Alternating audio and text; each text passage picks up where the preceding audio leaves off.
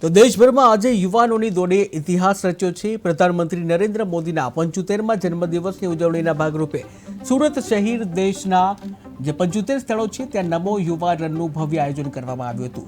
સુરતના VNSGUના મુખ્ય ગેટથી દોડની શરૂઆત કરવામાં આવી હતી, જેમાં 10,000થી વધુ યુવાનો જોડાયા હતા। ત્યારે 3.6 કિલોમીટરની આ મેરેથોનમાં નશા મુક્ત ભારતના સંકલ્પ સાથે ફિટ ઇન્ડિયા અને ખેલો ઇન્ડિયા જેવા લોક સંદેશો પણ આપવામાં આવ્યા હતા। દેશભરના લાખો યુવાનોની ભાગીદારીથી વિશ્વ રેકોર્ડ પણ સર્જાયો છે।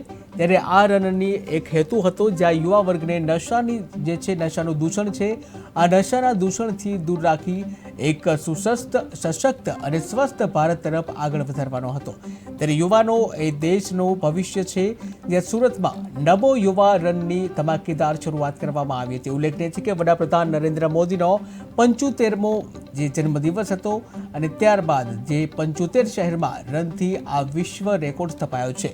આ દોડમાં 10,000થી વધુ યુવાનો જોડાયા હતા, જ્યાં નશા મુક્તિના સંકલ્પ સાથે મેરેથોન યોજાઈ હતી। ત્યારે નરેન્દ્ર મોદીના જન્મદિવસ નિમિત્તે યુવાનોમાં ભારે ઉત્સાહ અને ઉમંગ પણ જોવા મળ્યો હતો।